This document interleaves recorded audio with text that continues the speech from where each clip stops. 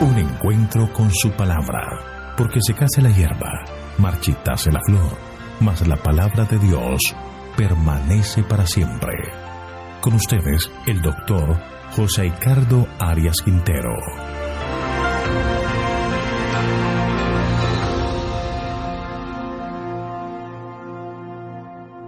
Vamos a estudiar Ezequiel capítulo 46.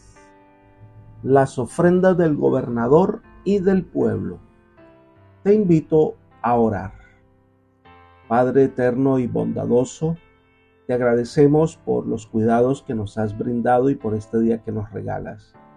Y te pedimos en este momento que nos asistas con tu espíritu para que podamos ser guiados por ti en el estudio de tu palabra.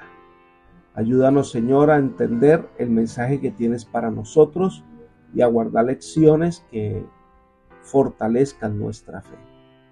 Gracias por concedernos tu bendición, pues lo pedimos en el nombre de Jesús.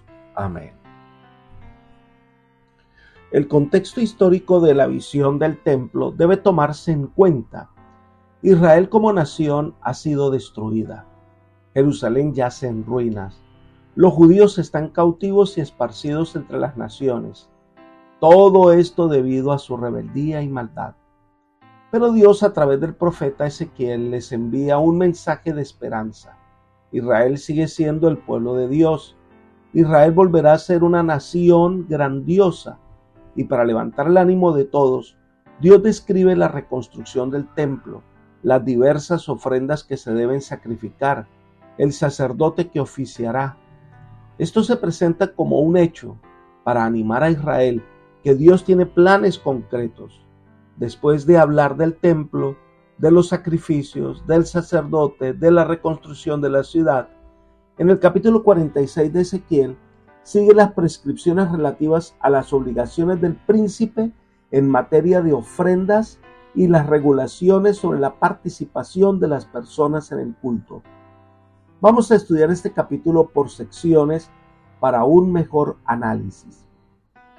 La primera sección son los versículos 1 al 15, que habla de las contribuciones de los diversos sacrificios y las ofrendas del príncipe. Leamos el versículo 1.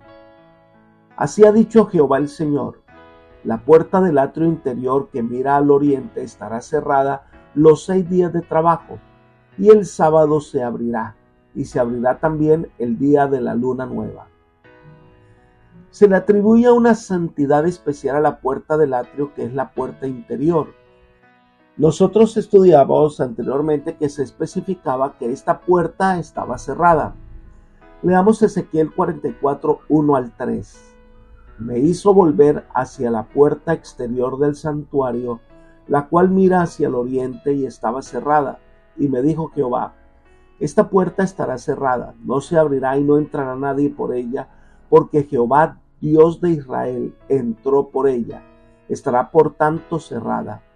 En cuanto al gobernante, por ser el gobernante, él se sentará allí para comer pan delante de Jehová. Por el vestíbulo de la puerta entrará, y por ese mismo camino saldrá. Debido a que esta puerta había sido santificada por la presencia divina, esta puerta no será usada como entrada del pueblo. Pero es interesante que se mencione que permanecerá cerrada los 6 días de la semana, pero el sábado, día santo, se abrirá. Lo mismo que en la celebración de la luna nueva, con el objeto que entre allí el príncipe. Leamos los versículos 2 y 3 de Ezequiel capítulo 46. El gobernante entrará por el camino del portal de la puerta exterior y estará en pie junto al umbral de la puerta mientras los sacerdotes ofrecen su holocausto y sus ofrendas de paz, y adorará junto a la entrada de la puerta. Después saldrá, pero no se cerrará la puerta hasta la tarde. Asimismo adorará el pueblo del país delante de Jehová a la entrada de la puerta en los sábados y en las lunas nuevas. El gobernante es una palabra que es mencionada 5 veces en este capítulo para resaltar que como dirigente del pueblo debía ser ejemplo en cuanto al cumplimiento de los requerimientos del Señor. Por ser una persona corriente, es decir, no era un sacerdote, no se le permitía entrar al atrio. Debía permanecer en el umbral de la parte interior. Desde allí debía mirar a los sacerdotes que preparaban el sacrificio. No se le permitía entrar al atrio interior ni ayudar a ofrecer los sacrificios, mientras que el pueblo en general se podía presentar los sábados o el día de la luna nueva desde el atrio exterior junto a la puerta interior. No podría entrar al pórtico como podía hacerlo el principal, sino que debía quedar a la entrada. En los versículos 4 al 7 se especifica el tipo de ofrenda que debía traer al templo el día sábado y el día de la luna nueva, que marcaba el comienzo del mes. Leamos. El holocausto que el gobernante ofrecerá el sábado a Jehová será de 6 corderos sin defecto y un carnero sin tacha, y por ofrenda una efa con cada carnero, y con cada cordero una ofrenda conforme a sus posibilidades, y un hin de aceite con el efa. Pero el día de la luna nueva ofrecerá un becerro sin tacha de la vacada y 6 corderos, y un carnero debía ser sin defecto. Hará ofrenda de un efa junto con el becerro, y de un efa junto con cada carnero, pero con los corderos ofrendará conforme a sus posibilidades, y ofrecerá un hin de aceite por cada efa. El gobernante debía traer 6 corderos y un carnero, además de una ofrenda de cereal.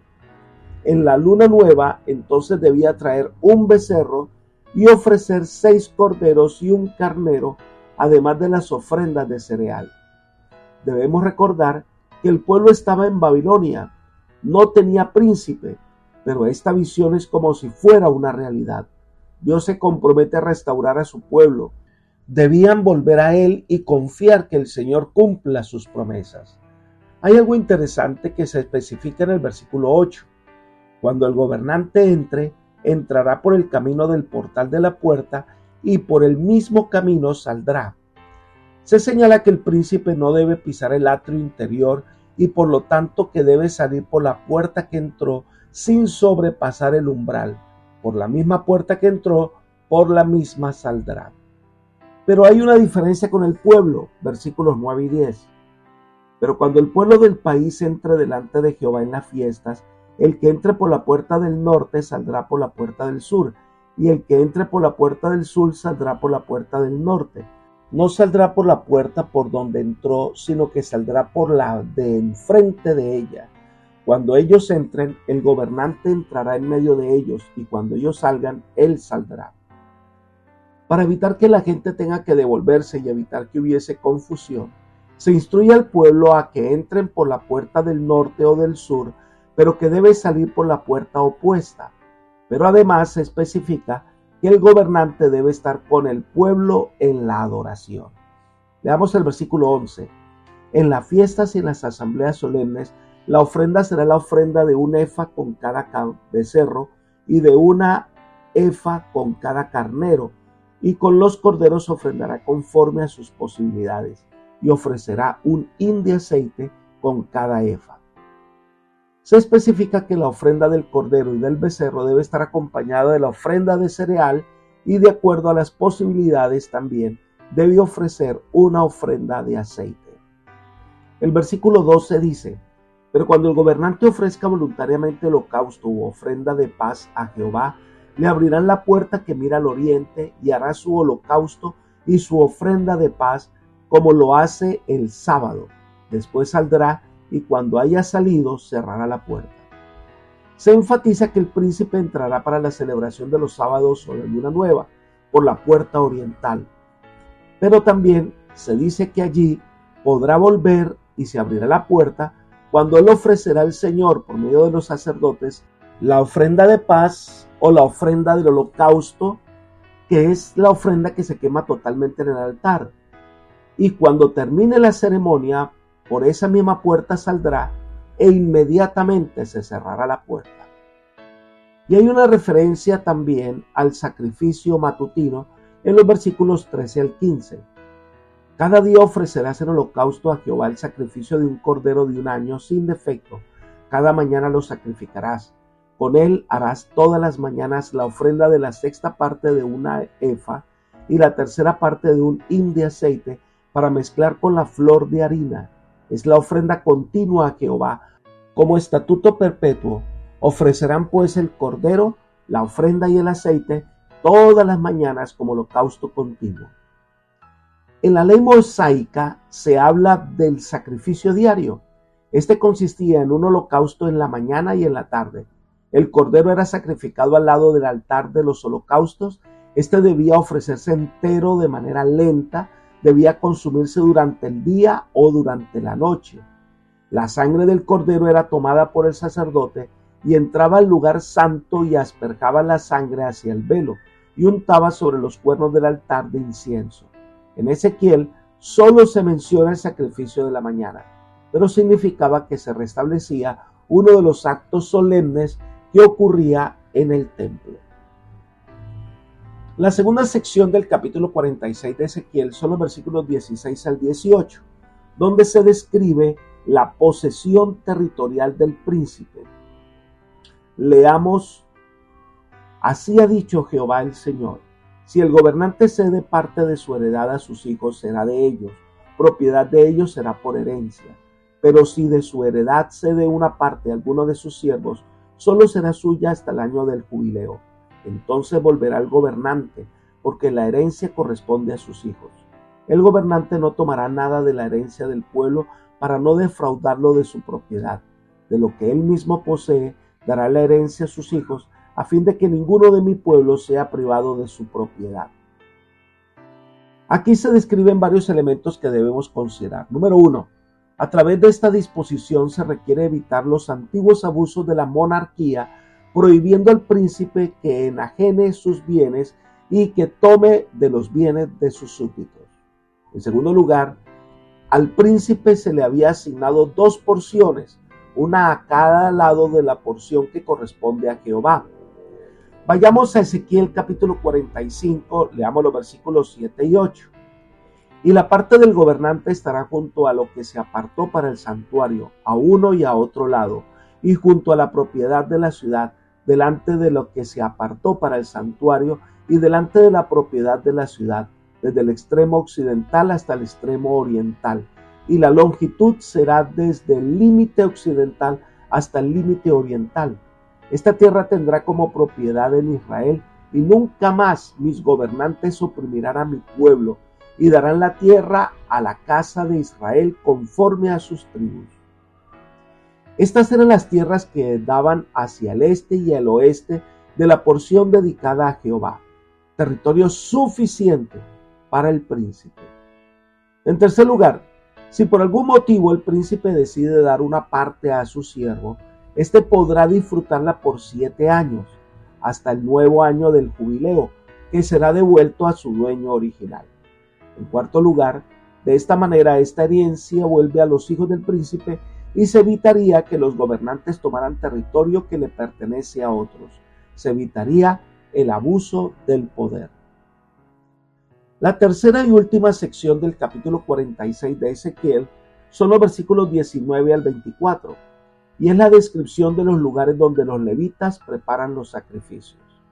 Leamos los versículos 19 y 20. Me trajo después por la entrada que estaba hacia la puerta a las cámaras santas de los sacerdotes, los cuales miraban al norte, y vi que había allí un lugar en el fondo del lado del occidente.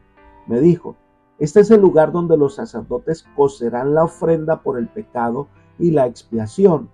Allí cocerán la ofrenda para no sacarla al atrio exterior, santificando así al pueblo. Esta es una referencia a las cámaras sacerdotales y la descripción del lugar donde se cocían la carne de los sacrificios. Estos debían ser consumidos en ese recinto y no debían ser sacados a la parte exterior del templo, señalando con eso que era sagrado y no debía darse un uso común. Versículos 21 al 24. Luego me sacó al atrio exterior y me llevó por los 4 rincones del atrio, y en cada rincón había un patio. En los 4 rincones del atrio habían patios cercados de 40 codos de longitud y 30 de anchura. Una misma medida tenían los cuatro, y había una pared alrededor de ellos, alrededor de los cuatro, y abajo habían fogones alrededor de las paredes. Me dijo: estas son las cocinas donde los servidores de la casa cocerán la ofrenda del pueblo. Aquí se describe las cocinas que se usaban los levitas, y eran más o menos de 20 metros de largo por unos 15 de ancho. Estaban pegados a la pared con los instrumentos necesarios. Los encargados de esta tarea eran los levitas, los servidores del templo, y quienes estaban a cargo de todos los detalles de la limpieza del templo.